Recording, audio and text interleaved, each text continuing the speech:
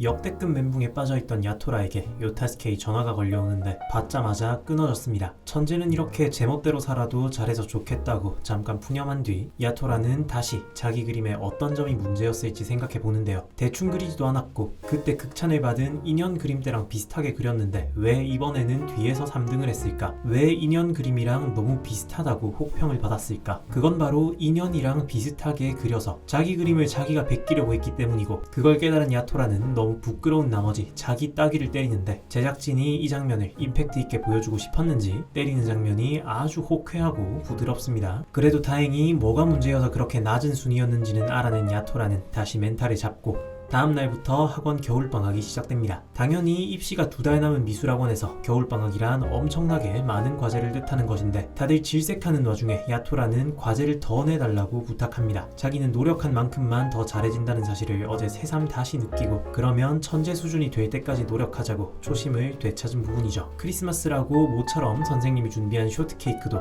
야토라는 그걸 보면서 흰색의 크림 위에 빨간 딸기가 올라간 구조가 주인공과 시선 유도의 법칙과 비슷하다며 미술의 구도로 연결합니다. 하얀 바탕 위에 빨간색이라는 구조 덕분에 큰 인기를 누리는 쇼트케이크처럼 야토라도 자신의 특기, 강점을 개발하고 싶어 하는데요. 그런 고민을 상담하자 선생님은 여러가지 도구를 사용해보라는 조언을 해줍니다. 선생님의 조언대로 올해 마지막 날에 여러 재료를 시험해보던 야토라에게 전화가 걸려오는데, 야토라의 친구들이 새해 첫날 정도는 쉬자며 전화를 건 것이었지만 야토라는 전화를 받지 않더니 잠시 후 다시 전화를 걸어서 급한 볼일이 생겨 같이 밤새지는 못하겠다고 이야기합니다. 급한 볼일은 바로 요타스케였죠. 아까 방에서 도구를 실험하던 야토라에게 요타스케의 전화가 걸려왔고 같이 새해 첫 참배 가자는 제안을 해온 것이었습니다. 갑작스런 전개에 당황스러워하는 야토라에게 요타스케는 정말로 나올 줄은 몰랐다며 자신이 왜 전화했는지 이유를 말해주는데요. 어머니가 외출 좀 하라고 독촉을 해서 자기는 친구도 없고 전에 만난 야토라도 분명 거절할 거라며 전화해서 실제로 거절당하는 모습을 보여주면 납득할 거라 생각해서 전화한 것이었습니다. 야토라가 정말로 같이 참배를 나와줄 줄은 몰랐던 거죠. 당연하지만 친구가 한 명도 없는 것도 그렇고 거절당하는 걸 보여주려고 전화를 걸었다는 요타스케의 발상부터 친구가 없다는 말에 별 반응도 없이 잘 키워주지 못해 미안하다고 말하는 어머니까지 요타스케의 집안도 문제가 많다는 걸 보여주는 장면이었습니다. 이 와중에 야토라가 우린 친구니까 앞으로도 이런 일이 있으면 편하게 연락하라고 말해주니까 거기다 대고 대놓고 친구는 아니지를 박아버리는 모습이라니. 요타스케도 보통 어두운 문제를 안고 있는 게 아니지만 안타깝게도 그게 일기에서는 제대로 다뤄지지 않을 예정이라 아쉽습니다. 불러놓고는 진짜 올 줄은 몰랐다. 우리는 딱히 친구가 아니다. 친구가 아니면 오늘은 왜 부른 거냐는 말에는 말하기 싫다. 아주 제멋대로인 요타스케를 보며 나온 게 후회되기 시작한 야토라였지만, 올해의 마지막 날을 후회하며 보내고 싶지 않은 마음의 야토라는 용기를 내서 왜 자신을 싫어하는지 진지하게 물어봅니다. 그리고 의외로 요타스케는 그 물음에 진지하게 대답해 주었죠. 야토라가 미술의 진심인 것은 자기도 알고 있지만 굳이 말하자면 그 미술의 진심인 부분 때문에 야토라를 싫어한다. 자신과 달리 친구도 많고 사회성도 뛰어난 야토라는 요타스케가 보기엔 모든 걸 다 가졌는데 아무것도 가지지 못한 자신이 유일하게 진심인 미술 말고는 할 수 있는 게 하나도 없어서 진심인 미술마저 야토라가 진지하게 임하는 모습이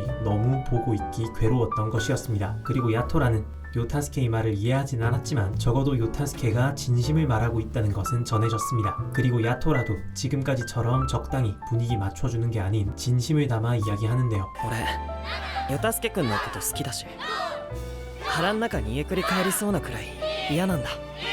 이 말에 요타스케는 크게 반응합니다. 우선 이 장면은 너를 싫어한다고 말하는 장면에서는 야토라 바로 앞에 경계선을 두고, 이후 새해 복 많이 받으라는 장면에서는 경계선을 지움으로써 각각의 대사에 어울리는 장면을 잘 연출해냈는데요. 여기서 요타스케는 그럼 왜 이렇게 깜짝 놀랐느냐? 3화에서 야토라가 요타스케가 자기 이름을 기억해 주었다는 사실에 놀라고 기뻐한 것과 같은 이유입니다. 요타스케가 생각하기에 야토라는 모든 걸 가졌고 심지어 미술마저 진심이고, 그에 비해 자신은 미술 말고는 가진 게 아무것도 없는, 그래서 야토라는 모든 면에서 자신보다 훨씬 뛰어난 존재인데, 그런 존재인 야토라가 널 싫어한다면서 굉장히 의식하고 있음을 보여주는 발언을 한 거죠. 요타스케는 그 사실에 깜짝 놀란 거고, 반대로 요타스케가 널 보고 있으면 짜증난다고 말하자 야토라도 무척 기뻐합니다. 요타스케랑 같은 이유죠. 그리고 일주일의 방학이 끝난 미술학원에는 혼자 추가 숙제까지 전부 끝낸 야토라가 있었습니다. 당연히 실력은 엄청나게 늘었죠. 이제 남은 시간은 한 달 반, 수능이 끝나고 남은 건 정말 정말 실기 준비뿐이었습니다. 그리고 이걸 기점으로 학원 친구들이 하나둘 무너지기 시작합니다. 이젠 정말 실기에 인생을 걸어야 하는 처지가 된 학생들. 그런 학생들이 수능 이후로는 하루 12시간씩 학원에 박혀서 그림만 그리고 있으니 맨정신으로 버티는 게 오히려 신기할 정도였죠. 이제 진짜 시간이 얼마 남지 않았고 학원에서는 1차 시험 과제인 대생 중심으로 다시 커리큘럼을 수정하는데요. 지금부터 유아 연습을 놔버리면 기껏 1차를 붙어도 2차는 어떡하느냐는 질문에 선생님은 야구치의 그림과 야구치가 좋아하는 그림을 사진으로 찍어보라고 이야기하는데 이 장면의 구도가 정말 맛있었습니다. 화면 속에 5명의 인물이 등장하는데 교실에서처럼 사이사이에 경계선을 넣을 소재가 잘 안 보이니까 이제는 학생들의 이제를 화면 중간중간에 넣어서 그걸로 화면을 3분할하고 있습니다. 어떻게든 볼 필요 없는 부분은 덜어내겠다는 제작진의 의지가 담긴 좋은 장면입니다. 아무튼 사진을 찍으라는 이유는 원래 좋은 그림은 흑백, 즉 대생 상태로 봐도 예쁘다. 그것은 즉 대생 실력의 향상이 유아 실력의 향상으로도 이어진다는 뜻이다. 야토라는 일단 수긍하는 듯 보이긴 하지만 그래도 너무 리스크가 크다는 생각을 지우지 못하는데요. 대생은 결국 기술이고